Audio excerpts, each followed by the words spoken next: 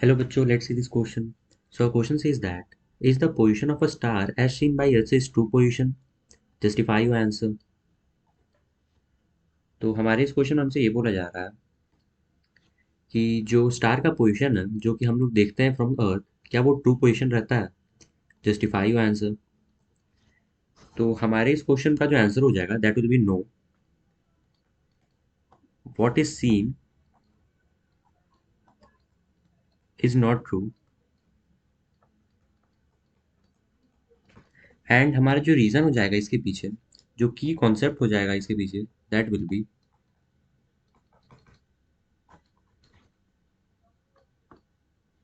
कि हमारा जो लाइट रेज आते हैं, हम मान लेते हैं ये हमारा सरफेस है. अर्थ का जो एटमॉस्फेयर है उसके डिफरेंट लेयर्स होते हैं. ये मान लेते हैं उसका एक लेयर है एंड यहाँ पर ये हमारा स्टार है. एंड हमारा जो एटमॉस्फेयर है वो वैक्यूम पहले रहता है, यानी वो रेयर मीडियम रहता है. एंड फिर उससे वो डेंसर मीडियम में आता है, क्योंकि हमारा जो स्टार है वो स्पेस में है और वहाँ पर जो एटमॉस्फेयर है वहाँ पर वैक्यूम है. यानी वो रेयर मीडियम हम मान सकते हैं और अर्थ के एटमॉस्फेयर को हम डेंसर मीडियम मान सकते हैं. तो ये हम नॉर्मल मान लेते हैं, normal to the surface.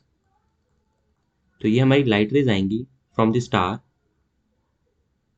And क्योंकि ये रेयर मीडियम से डेंसर मीडियम में जा रही हैं, इसलिए हमारी जो रेज हैं वो अपने पाथ में जाने के बजाय टूवर्ड्स द नॉर्मल बेंड करेंगी, कुछ इस तरीके से. एंड फाइनली जब हम इस रेस को एक्सटेंड करेंगे तो हमें ये दिखेगा कि हमारा जो स्टार है वो इस पोजीशन पर है. जब हम अपने आईज से देखेंगे स्टार को तो हमें दिखेगा कि हमारा जो स्टार है वो यहाँ पर है, पर एक्चुअली स्टार तो हमारे यहाँ पर है, ओरिजिनल पोजीशन. तो ये अपेरेंट पोजीशन हमारा है जो हमें दिख रहा है, इसी वजह से ये ट्रू नहीं है. और हमारा जो स्टार का हाइट है वो भी इंक्रीज कर जाता है या डिफरेंट हाइट पर दिखता है हमें हमारे ओरिजिनल स्टार से.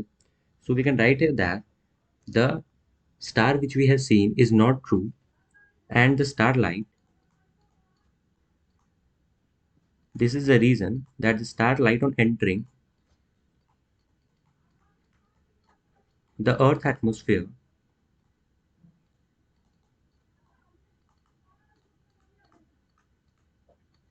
undergoes refraction continuously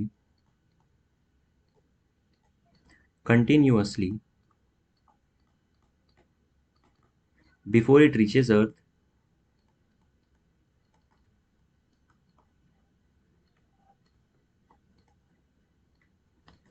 and the atmospheric refractions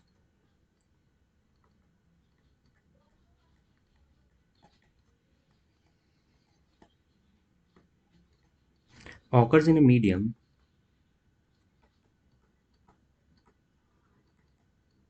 of gradually changing refractive index.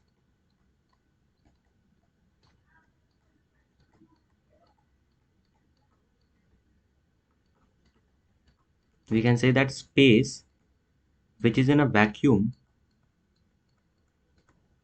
and finally the earth and enters earth, the earth's atmosphere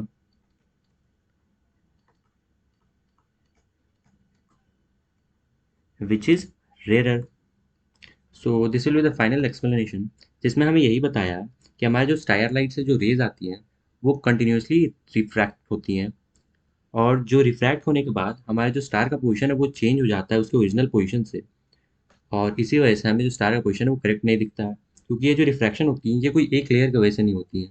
ये एटमोसफियर के डिफरेंट लेयर्स की वजह से हमारा जो रिफ्रैक्शन है ये लगातार होते रहता है. एंड हमारा जो स्टार का पोजीशन है वो बहुत हद तक चेंज हो जाता है. So this will be the final explanation for this question. Hope you all got this well. Best of luck.